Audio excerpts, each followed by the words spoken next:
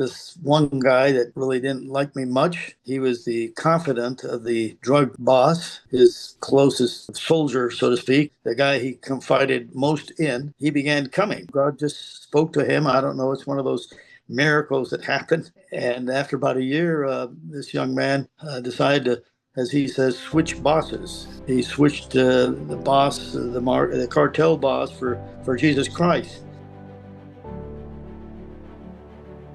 Hey everyone, welcome back to the Living Enviado podcast. And today, I guess in light of the World Cup that's been taking place lately, I started looking around online for someone to talk to, and I came across a guy named Mark, or as some people call him, Marcos, down in Colombia. And so I invited him to join us today on this episode, and he graciously agreed. So let's just welcome Mark to our podcast. So Mark, thank you for joining me today. I do want to talk about the ministry you have and what you do, but before I get into that, as I was looking through the website of your ministry, the About section has something pretty interesting about how all this got started. You were telling me before we hit record that you're from the U.S., but you were born in Colombia, so you're a dual citizen. Your parents were missionaries, but somehow, somewhere along the line, I guess in adulthood, God moved you somewhere, and probably one of the, I would say 99.9% of Christians, maybe 99.999% of Christians in the U.S. would never have done. And you ended up moving somewhere, not knowing what you were going to do there, or I don't know, did you even know why you were moving there? So why don't you tell us about what was going on back in the 80s? Right. Good to be with you, Steve. Appreciate your push for missions and for the gospel. And it's great to be here with you talking. Well, I felt from high school on, really, that God wanted me back in missions. I grew up on the mission field, per se. As you mentioned, my parents were missionaries. And then I was back in the States for high school, college, and graduate school, but always felt like God wanted me somewhere where the gospel was needed and outside the United States. So while I was studying, getting a master's at Trinity Evangelical Divinity School, I got a call from the Biblical Seminary of Colombia in Medellin, and they were needing faculty members, and they had heard of me. And so they invited me to come down and be part of the faculty.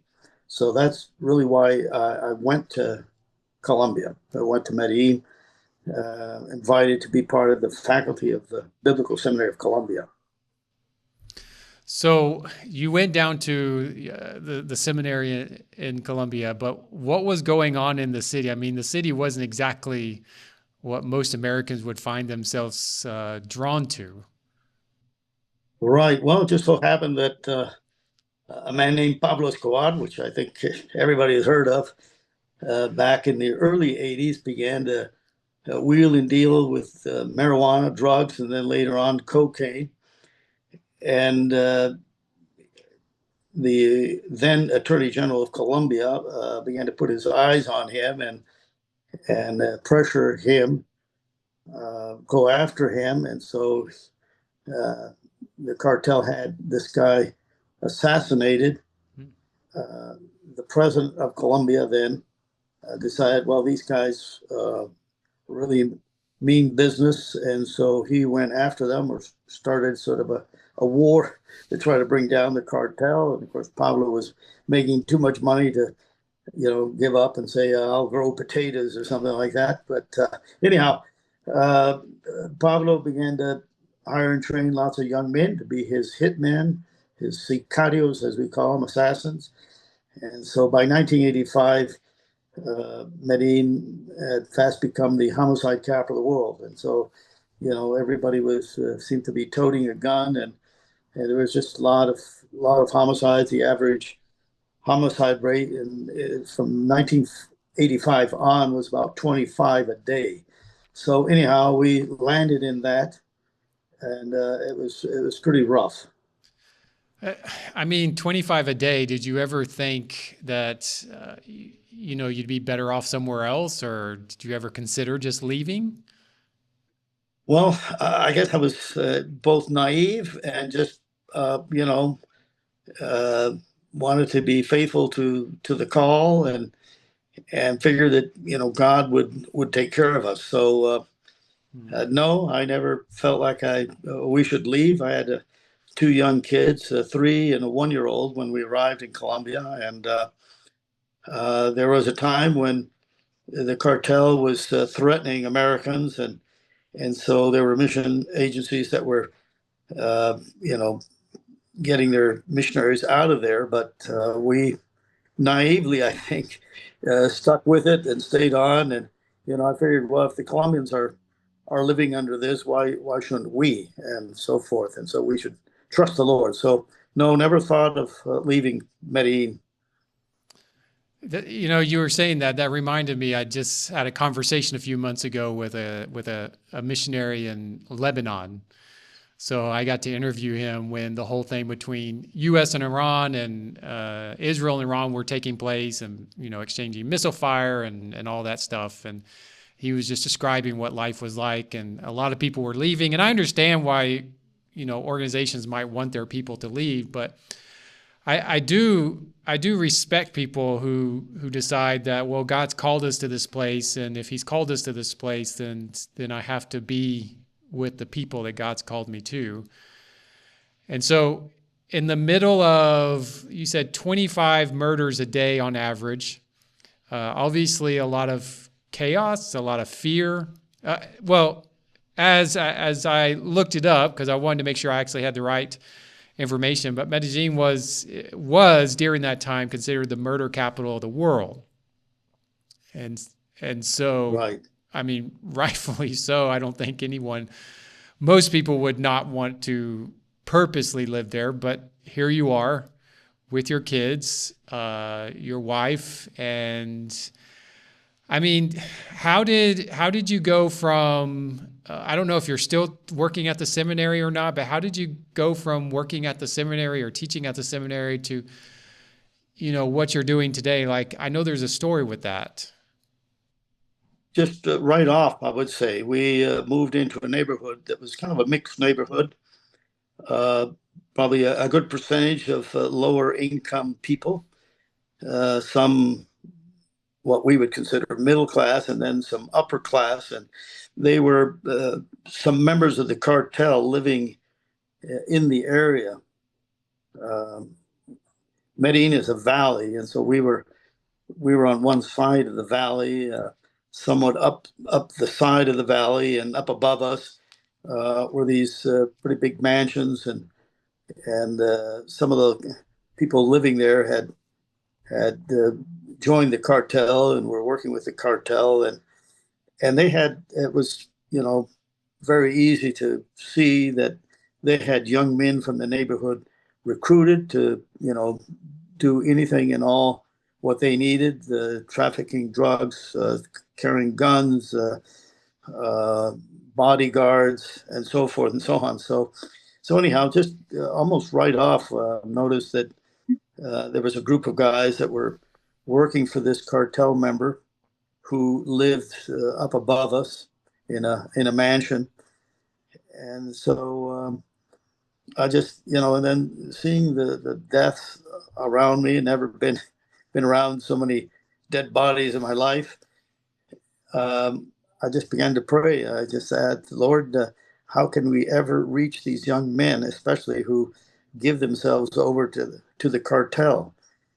And one thing led to another. I saw a group of them out on the street playing a little street soccer, and so one day I invited myself. I thought, well, there's something there I can relate to and everything. So invited myself. A couple of them weren't so pleased to have a gringo, a North American there amongst them.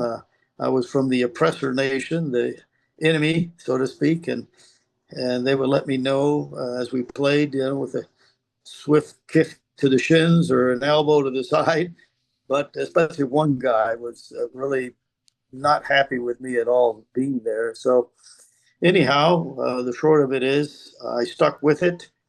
Within about 4 months, realizing that they didn't have any organized soccer to speak of, I went out of my way to organize a small tournament for them. We have a soccer that we call micro football, which is micro soccer, where they small goals and you play 5 or 6 on a side, and you can play on any kind of space, on any space. And so the seminary happened to have a large barn-like building that they weren't using, and so I just set it up as my indoor micro football tournament. And so I had about 120 guys in different teams.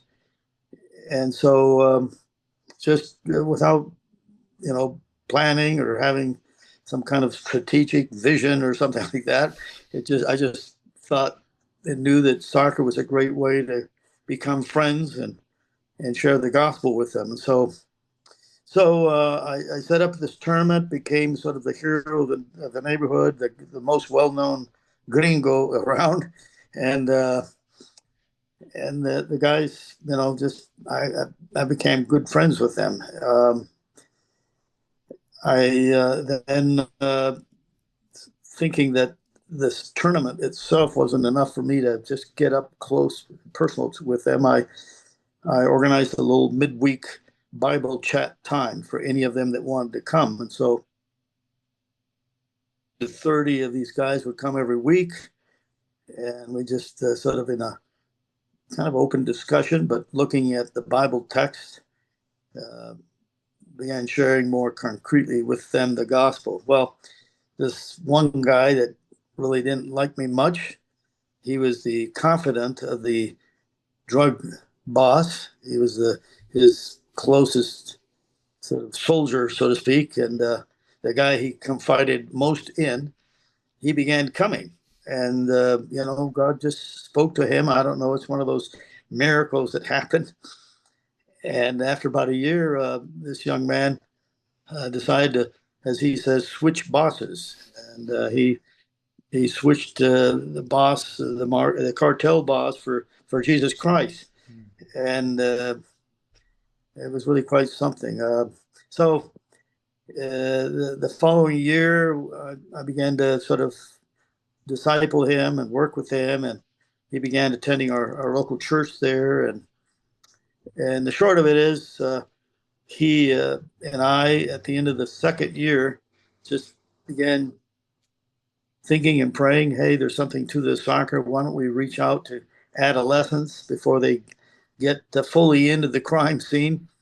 Although we had 13, 14-year-old, 15-year-olds that were already in that. But so we just by word of mouth said, hey, we're starting a soccer club, and had about 30, 40 young kids show up. And so Alvaro, this guy, began training them every other day. And I would give them a little Bible talk before every soccer practice and have a time of prayer. They would at first sort of titter and laugh. They'd never, seen something like that for a soccer practice. But then they got to be liking it and look forward to it. And so that's kind of really how we started. Out of that group, 3 or 4, gave their lives to Christ. Then 2 of them we began to mentor and disciple as they opened their lives to Christianity and stuff. And so it just seemed normal for us to make them assistants. Mm-hmm. So they became Alvaro's assistants. And then after a while, we just thought it was normal for us to set them up with their own group of soccer players in another part of town. And so that was the process that just led us to where we're at today.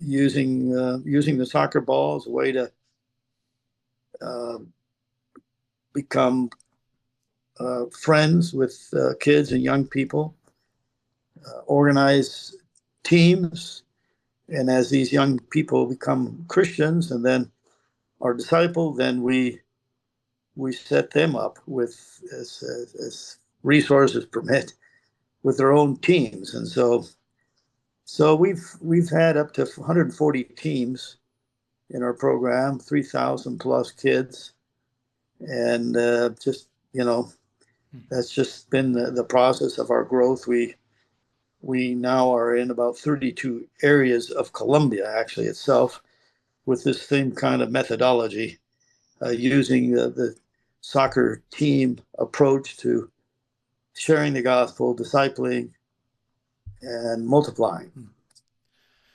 So I retired from the seminary after 24 years of teaching, and I figured they'd had enough of me. And no, but the ministry got large, and I just need my full-time attention. So I'm now working full-time with the sports ministry and no longer teaching at the seminary.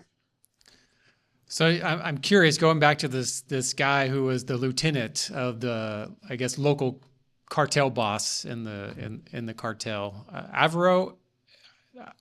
As I told you before, I don't speak Spanish, but I'm going to butcher some things. When I think about the places I go, places like are places I've been, really, India, places in the Middle East, and even in Eastern Asia when I lived in China, there's varying levels of acceptance of when someone either leaves another religious system for Christ, or maybe there's a cultural thing going on and then they become Christians.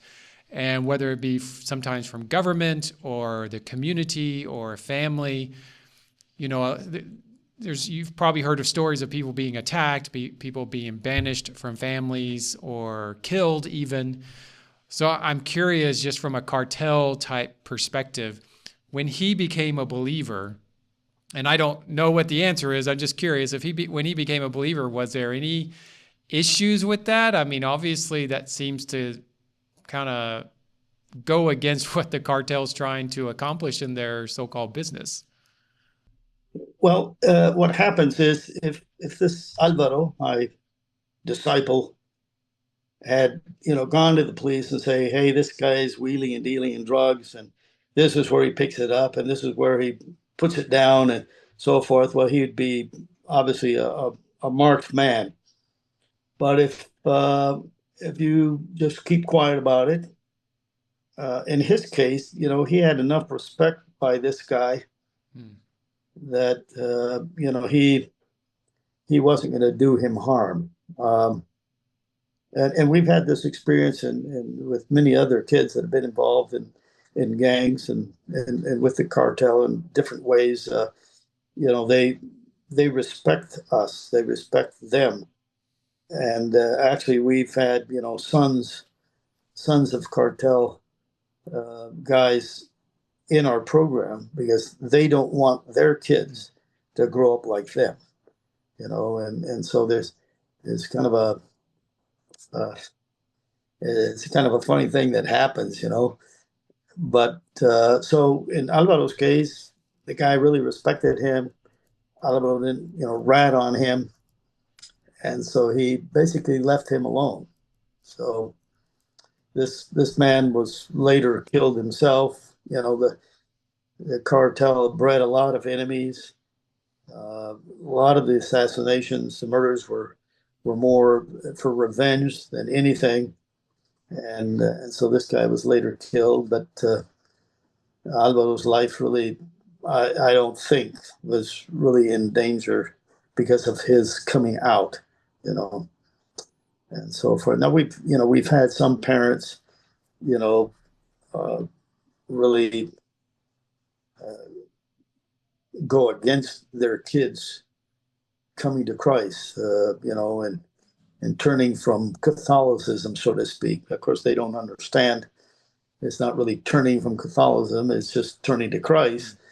But some get a little upset, but it doesn't, come to much anyhow. So, I find all that fascinating. I find it fascinating that you and your family went to Colombia, went to Medellin in the midst of what you described earlier, and it being the murder capital of the world. That you weren't going to just pack up and leave because you knew God had taken you there, and there was a reason for that. And then and now you've got a history, decades history really of working with children or kids, teenagers who come from cartel families, who have worked in the cartel. And I love the part of your story where you just went out there and said, I'm just going to go and play soccer with these guys.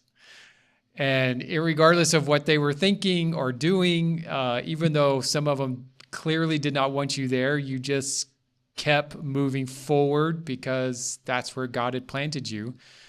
And now you've got cartel members or had cartel members at one time who were sending their kids to you so they would not get trapped in the world that they're in.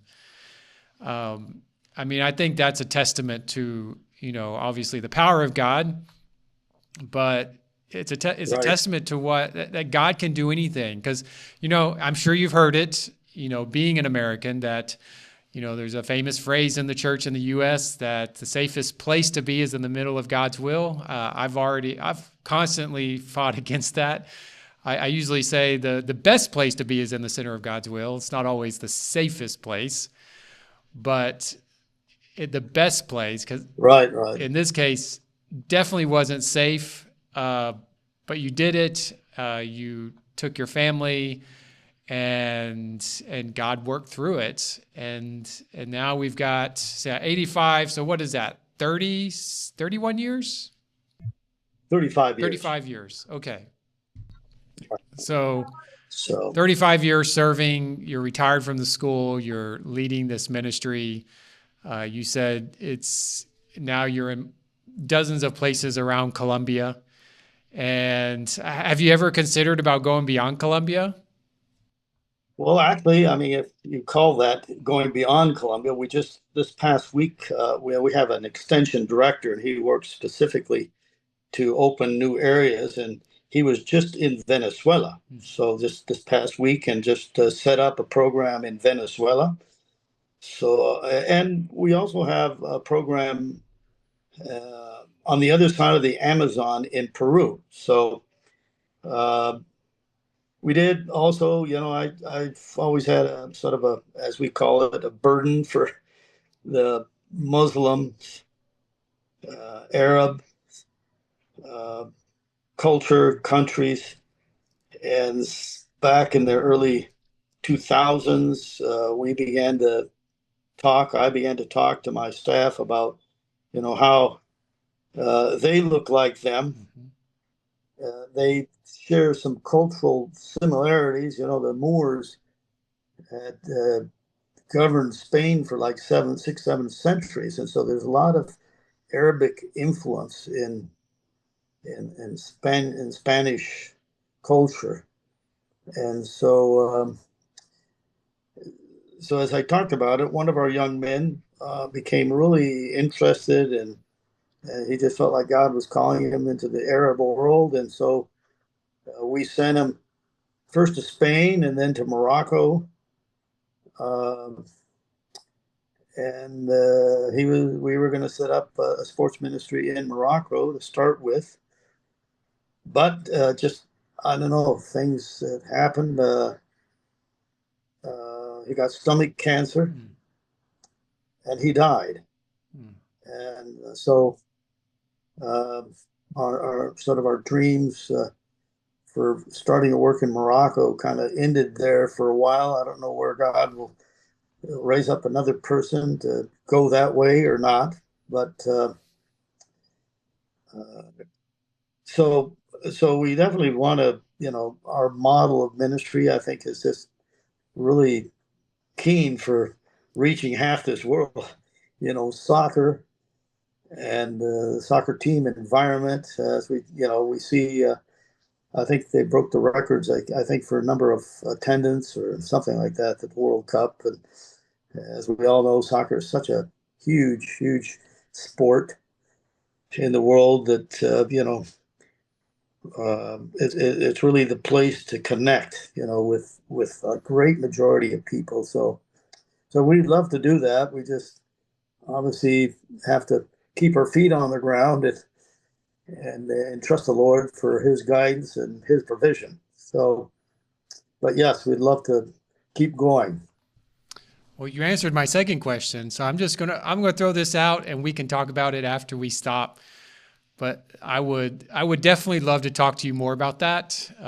In fact, I've taken some people from Colombia with me.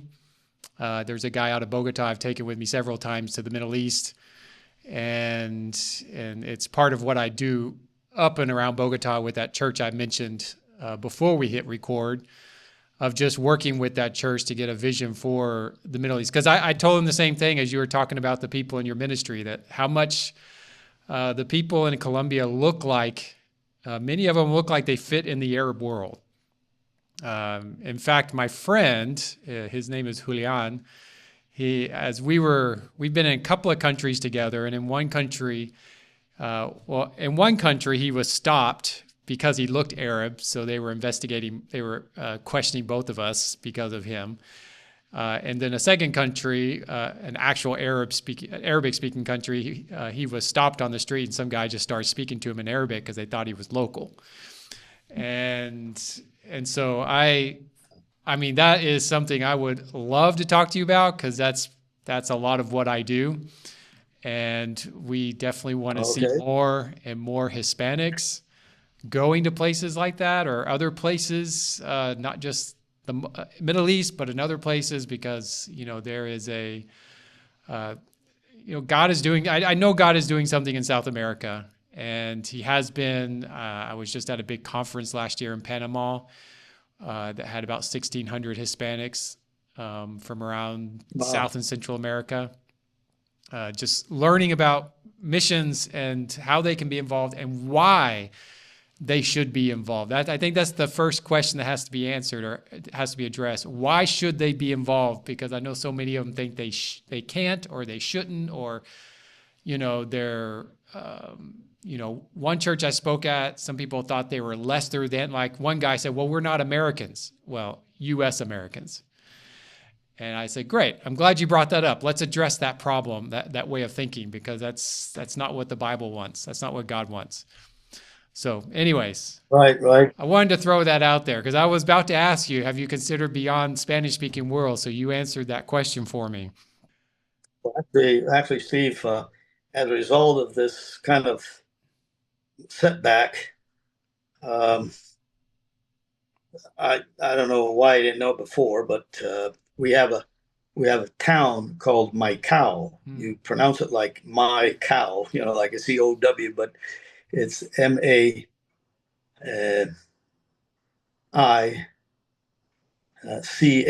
My Cow. It's upon close to the Venezuelan border in the north and east state of Colombia, called La Guajira. And My Cow has the second largest mosque in Latin America there. Actually, they have two mosques in My Cow. It's like a town of 260,000 people. And back in the 70s, Lebanese Muslims began arriving there, merchants, guys, and they found out that My Cow was an excellent sort of, it's not right on the sea, but it's close, kind of a free taxed port. And so they arrived and they set up shop and homes, and so anyhow we started ministry there. I said, man, they're right on our back door, backyard, so to speak. And so we have a coach there with the soccer program, trying to reach out to these people. It should be easy, but it's at the same time hard, because they're pretty enclosed to themselves. They speak Spanish. They're part of the Colombian culture almost, so to speak, but not entirely. And so anyhow, so we do have we have taken measures to reach out to this population in our own country. So it'll remain to be seen just our fruit and what we're ultimately be able to do there with the kids and the families.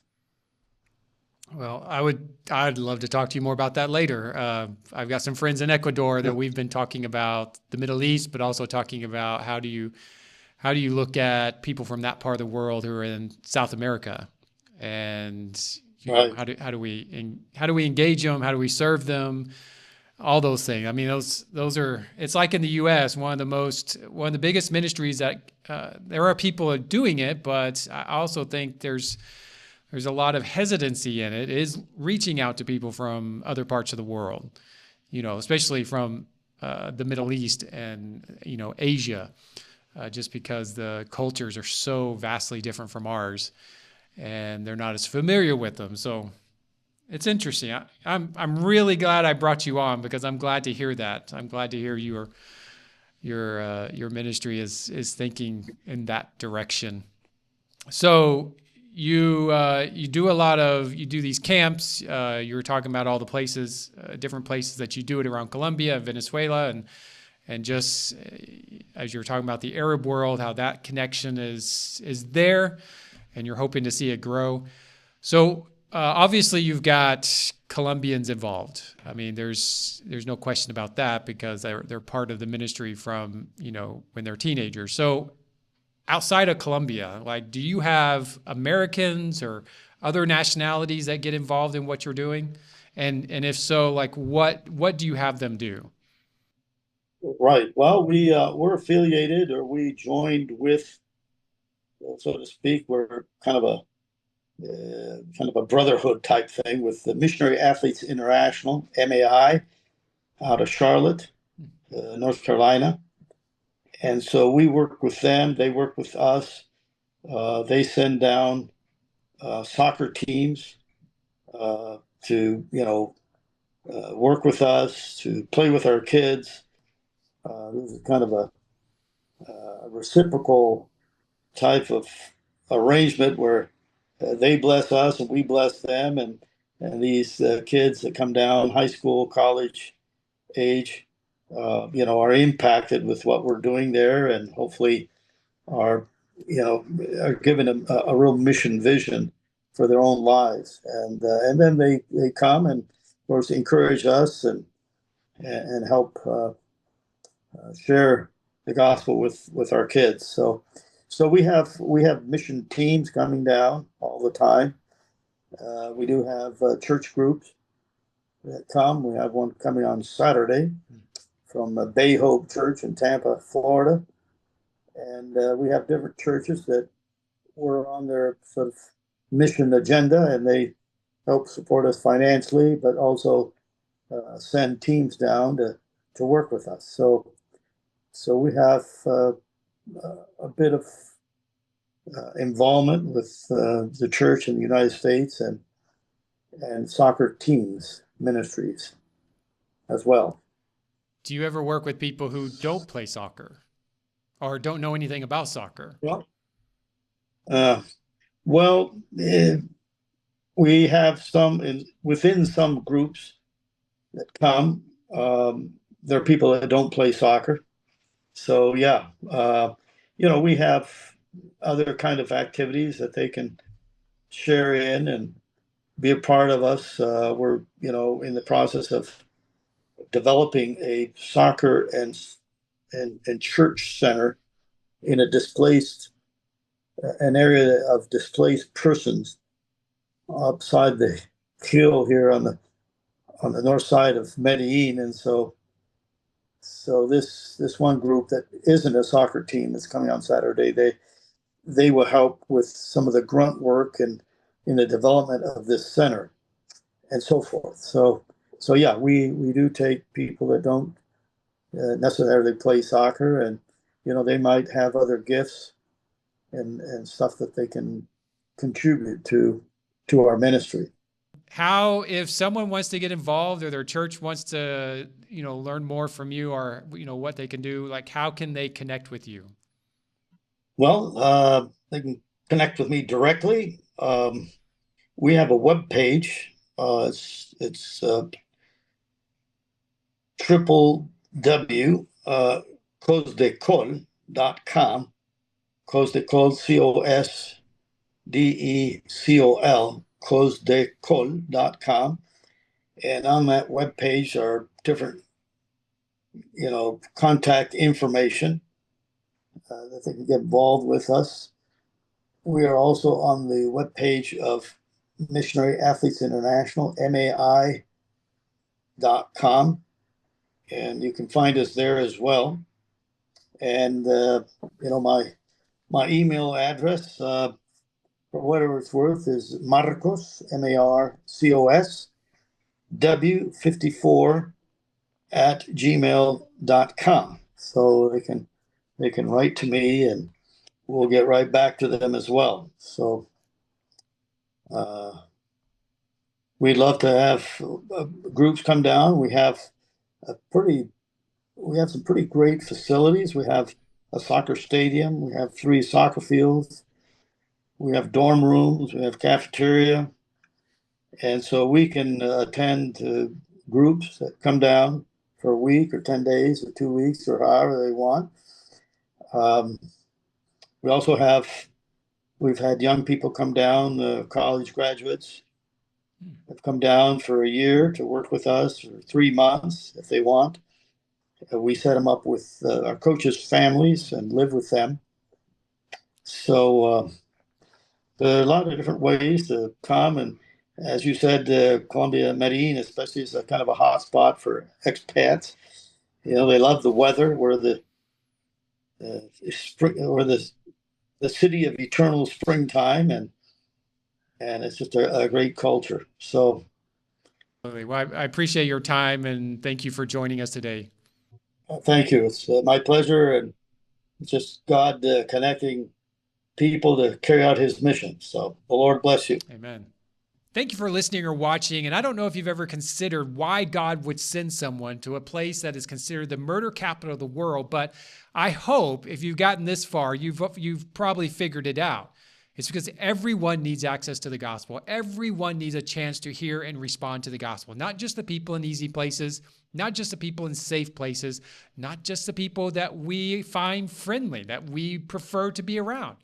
He's called the church, irregardless of what we think about a group of people, to take the gospel to them, whether that be Muslims in the Arab world, the cartel in Colombia, or someone down the street in the Bible Belt in the United States. It doesn't matter where we're from. We're all image bearers of God. We all need access to the gospel. We all need to hear it. And He's called the church globally to engage in that practice. It's called the Great Commission. So I would just encourage you, if you're not engaged already, reach out to us. I'd love to help you get engaged. I would love to help you find your path of engagement and figure out how you can best fit in serving God in the global missions movement. Now, with all that said, I get it. Not everyone is designed or called by God to be Marcos, to be Mark, to be able to go to the murder capital of the world and plant your family with kids in tow and to be convinced that God has called you to be in such a dangerous place. I get that, okay? That's just reality. But it doesn't matter where the place is. It really matters, where has God designed you for? What has He designed you for? Where is He leading you? Where is He taking you? Is He taking you to a place like Mark went to take his family? Or is He taking you to some, upper class, suburbanite, Bible Belt, middle class neighborhood in the U.S.? It doesn't matter. Both places have people who need the gospel, and we are called to live sent. We are called to live Enviado. So irregardless of where we're in a place that we consider easy and safe, or whether we're designed to called to go to a place like Mark has done and others have gone, or somewhere in between, irregardless of where that's at, only you and God can figure that out. Well, if we're listening to God, He'll tell us where it is. It's not us figuring it out. It's just us listening. But again, with that said, irregardless of where that place is, I would just encourage you to do what Mark did. Do what his family did. Live bold in it. Live courageous. I'm going to add something. Live confident in that calling and don't give up. and just get out there and live sent, live Enviado.